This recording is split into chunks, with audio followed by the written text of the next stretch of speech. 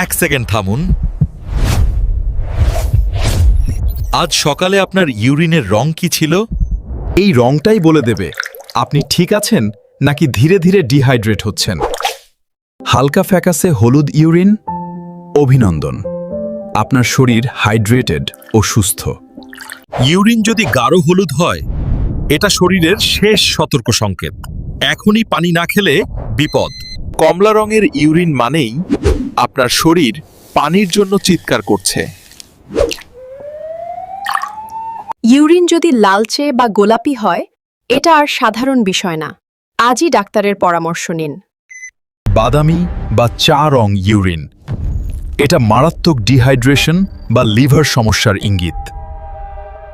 এক নজরে ইউরিনের রং দেখুন আর বুঝে নিন আপনার শরীর কি চায়, পানি না চিকিৎসা।